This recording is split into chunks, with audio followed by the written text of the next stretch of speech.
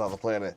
Mr. Money TV dives into it here. Why U.S.-Iran war could destroy Malaysia. It's a bit extreme, so let's react together, see what he's talking about. This is not good, right? We're peace builders around here. We need to stop that. No more wars, man. Israel unleashed a massive joint strike on Iran.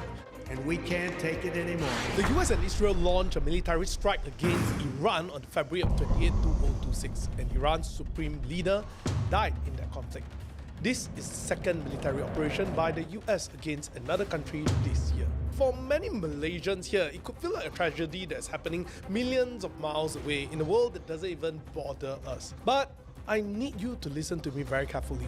This war, it isn't going to stay in the Middle East. It's traveling right now, straight to Southeast Asia. Yeah, this war, guys, it might seem like it's only going down in the middle of the world, but this is a global conflict. And one day we're going to look back in history, and they're going to say that World War III had already started long before this war was ever kicked off.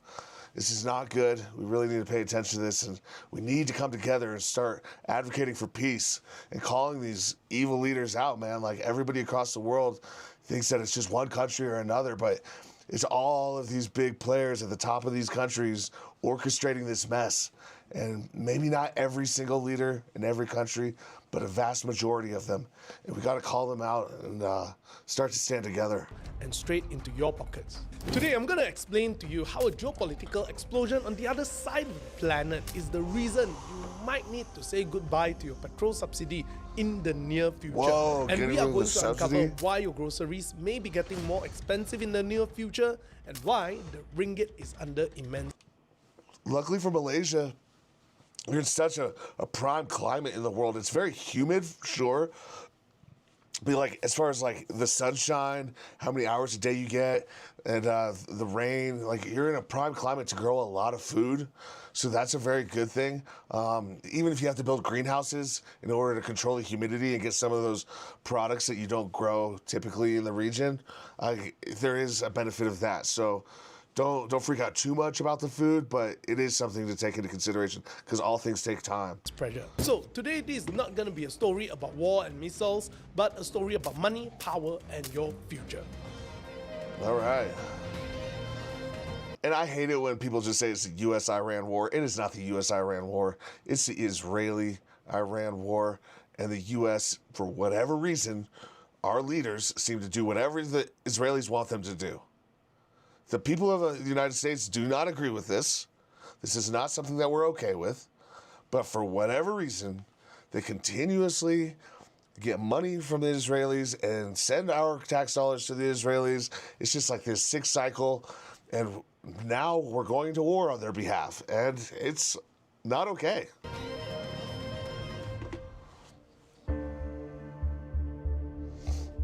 To understand what's happening right now, why the US attacked Iran, we have to look past the smoke and look at the engine that runs the global economy. Sure we do. Now, we are talking about the US dollar.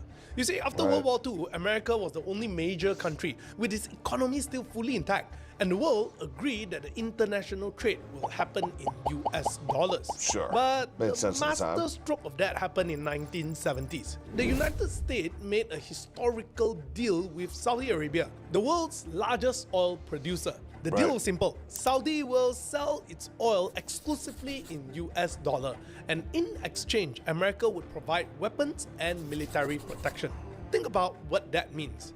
Oil is the only commodity that every single country needs. Every single day, without exception. Every factory, every power plant, every cargo ship runs on it. So all the countries in the world needs it. So think about it. If a country like Japan, Germany, or Malaysia want to buy energy, we have to buy US dollar first in order for us to buy oil. So America essentially plays a toll booth at the entrance of the global economy.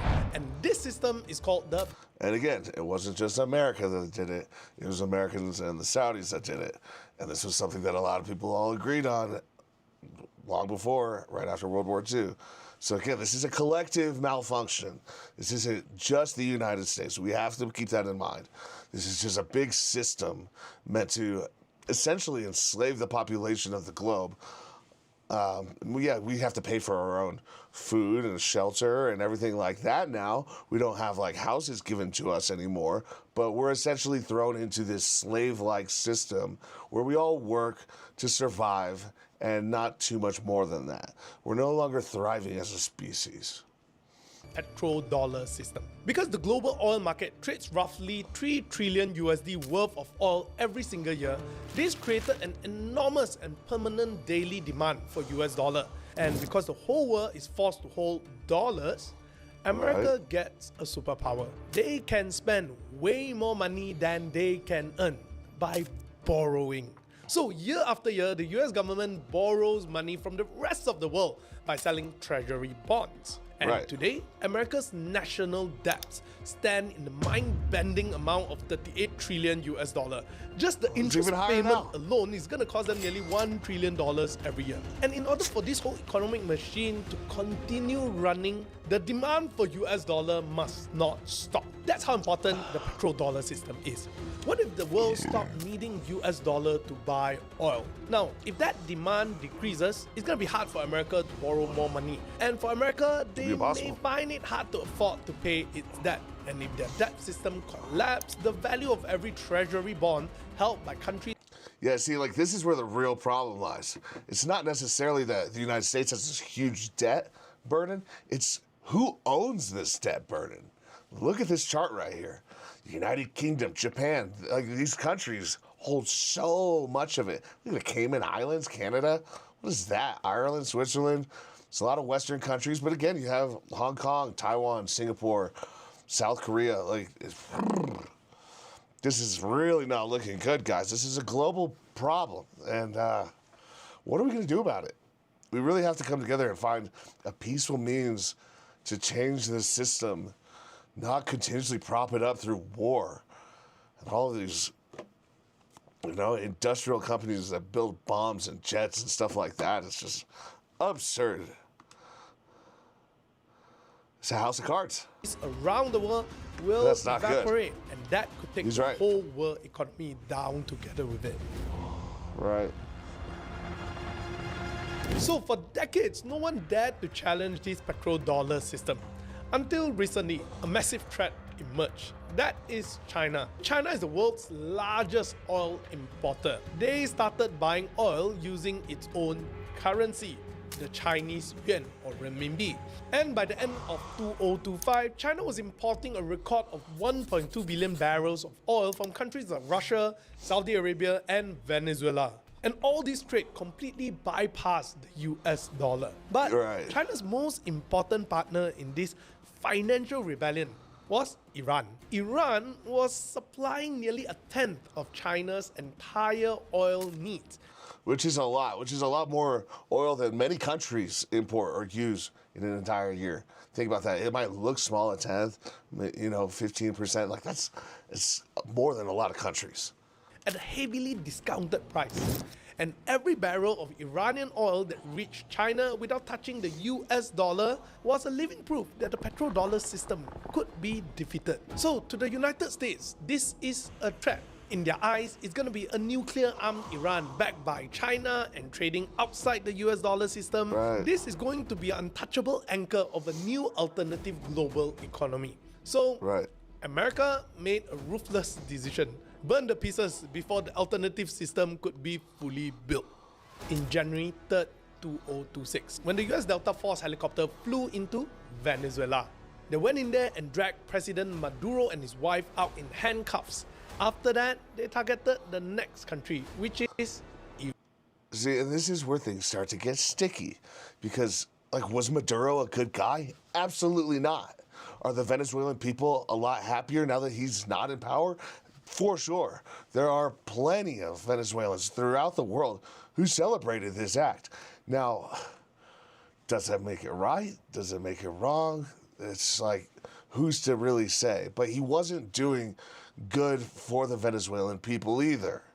So, was it justified? It had to happen. The world wasn't doing anything about it. The Chinese certainly didn't care because they were getting oil.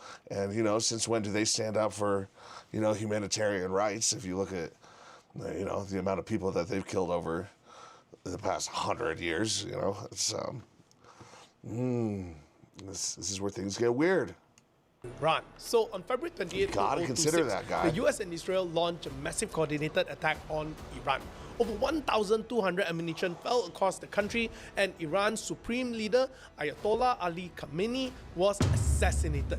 In other words, the anchor to the petro-yuan system, it's disrupted. Immediately, Right. Iran retaliated by launching attacks on US bases and energy infrastructure across Middle East. For sure. So now the Middle East is at war. And how does this affect us all the way across in Malaysia? Well, it comes down to geography and supply chain. You see, right next to Iran is the Strait of Hormuz. This narrow water gateway is the jugular vein of the entire global economy, where 20% of the entire world's daily oil and gas supply pass through. And right now, because of conflict, over 200 oil and gas vessels are actually stuck there. Ships are taking a massive detour, adding weeks to their journey, and freight and insurance costs are exploding. And I heard that most of the insurance companies are refused to even selling them insurance. And without insurance, all the Insurance companies are such a scam, guys. How many of you in the comments over here in chat, like, what do you feel about your insurance systems, huh? No matter what country you come from, it's a joke, right? You end up paying all this money, and then when it comes time for you to get help from them, what happens? It takes months or years for you actually to get some kind of reimbursement for the damages that were caused because they try to wiggle their way out of the problem. Now, take that up to the level of an oil tanker. Imagine how much responsibility they want in a situation like that.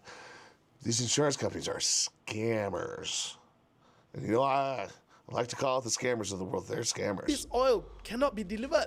So now, because of this chokehold, the global crude oil prices have skyrocketed from 65 US dollar a barrel to over 100 US dollar. And it's $100 on paper. But then if you look at like these guys who actually are purchasing this oil in person and are giving the money over and receiving oil, like the physical oil, they're paying $140 to $150 a barrel. So there's this gap between what is being sold in the market and what's being sold in reality. Now, what's going to happen when those two things like meet and like those barrels jump from $100 to $150 immediately, overnight, instantaneously? We're going to have a real big problem, guys. And again, remember, this isn't just oil for cars and gases and factories and stuff. This is like jet fuel and things like that. In just weeks. To put it in short, oil is becoming so much more expensive. Now, Right. you might be thinking to yourself, Wait, it's okay, right? Malaysia, we also make our own oil. We have Petronas. So if global oil price go up, shouldn't our country be making a good fortune because we get to sell oil at a higher price? well, That's exactly what people were trying to say to me when this all first started. Like, oh, Malaysians will be fine because we produce oil. Well, so does the American. Like, we supposedly, according to Trump, we have more oil under Alaska and more than Canada. We've got control of Venezuela. We have more oil than anybody in the world. But we still are running out of oil and our gas prices are going through the roof. So that lie is coming home to roost. It's clearly not true. great question. But it's also one of the biggest misconceptions in our country. Yes, Malaysia pumps crude oil out of the ground What kind of and oil? we sell crude oil overseas. And the truth is, Malaysia actually buys refined fuel from the global market for our own domestic use. And that includes RON 95 petrol that you pump every single week. And that exposes us to a terrible mathematical trap. As of our recording right now, the true unsubsidized market price for RON 95 Okay. Wow. Whoa. Jeez. That's not good. This is trouble, guys. Because the Malaysians, you guys are so used to subsidized oil. It's not only are you going to have to deal with higher priced oil, but it's no longer going to be subsidized. Well, where does all the government's money come from? Do they have a lot of money tied up in things that they just can't pull out of? Like, what's this situation based on? 2025 has hit 2 ringgit and 67 cents per litre. But you and I, as a Malaysian, is only paying 1 ringgit and 99 cents. All this is thanks to the Budi 95 Such a good initiative. deal. Our Malaysian government is quietly standing at the petrol station with you when the war in Middle East pushes global oil price higher. This is a painful reality of what is happening to our national piggy bank. When global oil price increased by $10 a barrel, yes, Malaysia earned an extra 2.5 billion to 3.5 billion from selling our crude oil. It sounds like a win, right? But remember, we have to buy back the more expensive refined oil to keep that 1 ringgit and 99 cent promise alive. So you don't have all of the refineries that some of these other countries have. Interesting. And then you also have to take into consideration that all Western companies, you know, like they would pay the typical employee in the West. So again, who's at fault here? A lot of these, not just American companies, but European companies who are basically taking advantage of the fact that Malaysians have a lower cost of living overall, so they're paying them less. Where if you guys were getting paid like a normal amount of money, then it wouldn't be as much of an issue. That same 10 It US just dollar compounds price the jump problem. can cost our government extra 3.5 billion ringgit to 5.1 billion ringgit in subsidy. So our government actually loses money every time an oil price spikes. And this brings us to the elephant in the room, Petronas. Right. You see, for decades, Yeah. Malaysia government has somewhat viewed Petronas as an endless ATM for the country. True. But the truth is that ATM is going to start to run dry. Our national oil revenue was already shrinking before this war even started.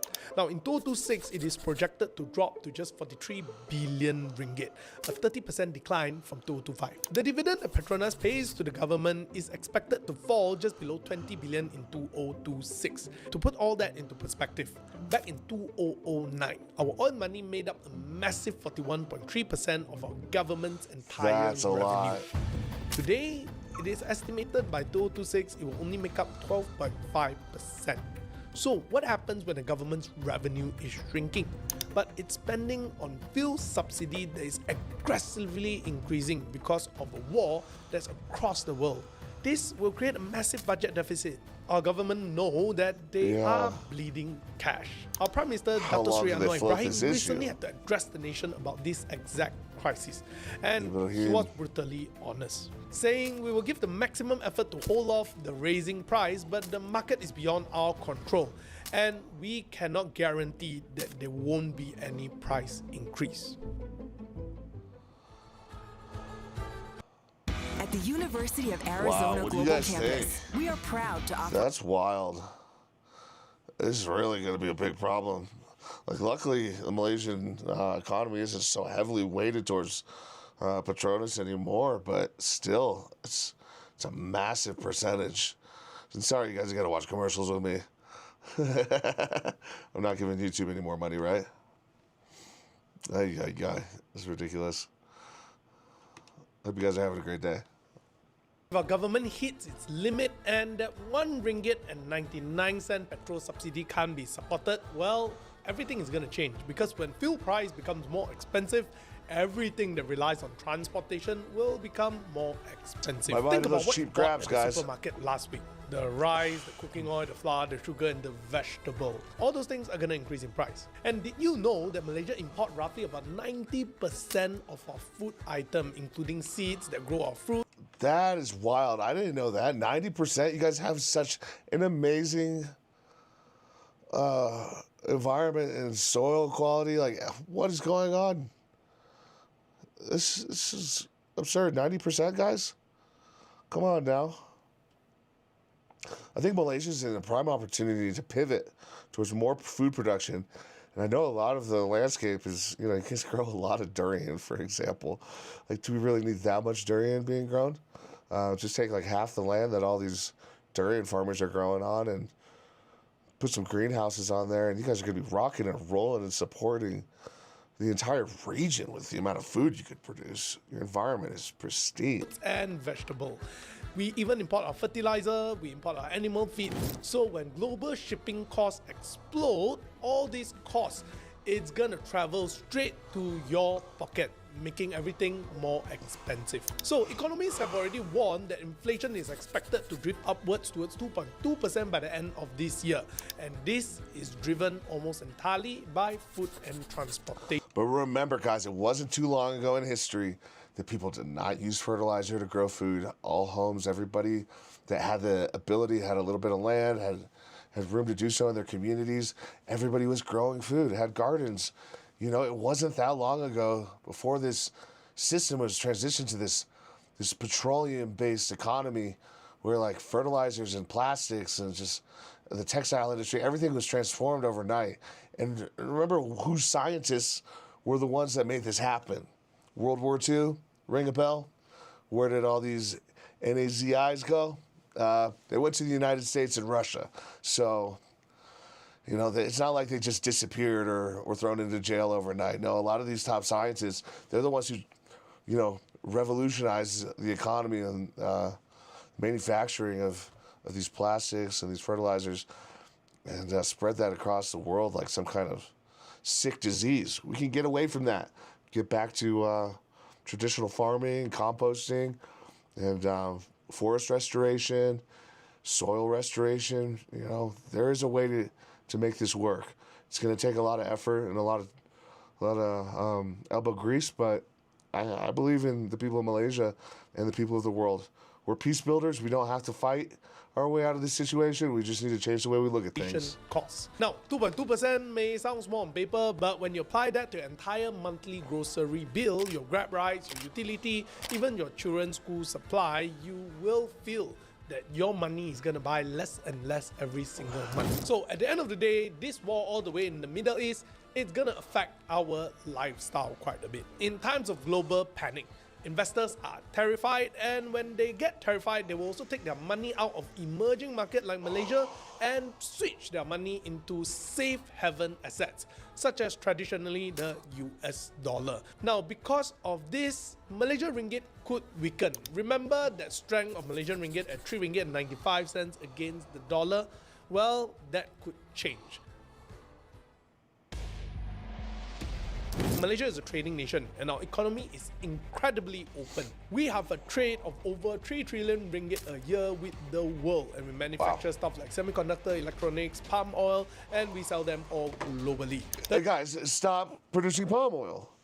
Again, like this is something that is not okay for the economy, not okay for the human body. We don't need to be ingesting this stuff. We don't need to be washing ourselves with it. We need to destroy the palm oil plantations and start growing real food on them. What is this?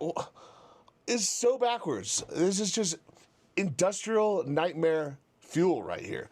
Of course there's going to be a struggle because you're growing a bunch of stuff that is not necessary for the development of human life. Like, this needs to change. Palm oil?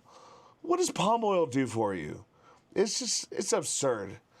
It's a racket. The United States is one of our largest trading partners, accounting for about 13% of our total export. But because of this global uncertainty and the rising cost of shipping, the International Monetary Fund, IMF, has officially downgraded Malaysia's economy growth projection from 4.6% in 2025 down to 4.3% in 2026. And what does that even mean? It means our Malaysian factories are projected to produce less this year. Our company could be hiring fewer people, and businesses could freeze salary just to survive this economic condition. And eventually, maybe some companies will start laying people off. And that's not even taking into consideration the AI boom and the robotic boom that is bound to also impact Malaysia. So I understand there are a lot of jobs that are in the tech sector now. You know, you look at KL, there's a lot of companies that are going to be pivoting away from human labor over this next year, the 3, 5, 6, 7 years. It's not looking good. Anyway, my point is the Middle East war could trigger a global recession, and if that happens, Malaysia can get hit real hard. I mean, think back in 1997 and 2008. That's when Malaysia really saw job losses and our savings just vanish. It's time to pivot, baby.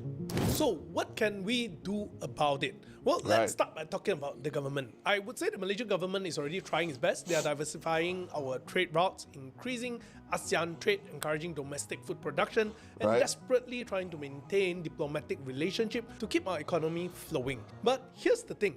All good policies take time to take effect for us to feel those positive effects of it. But for negative stuff, well, the impact comes real fast. Just like we are feeling it right now or even in the next few months. But there's something we can do, which is to prepare ourselves. I would say now is probably the time to start reviewing your expenses. Cut what doesn't matter. And if you have been thinking about getting a loan, well, think twice.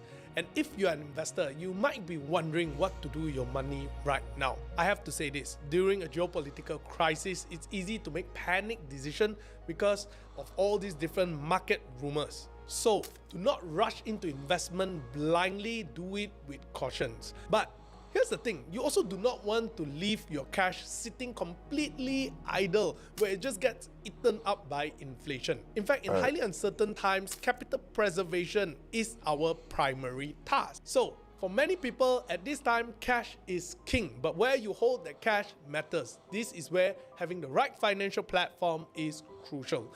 Instead of forcing yourself to take risky trades to earn some money, well, you can park your idle funds in tools like Mumu's Cash Plus, which gives a returns of up to about 6% per annum. And by doing that, your money can generate a stable interest yield while the market direction remain unclear. So essentially, you are getting paid for waiting.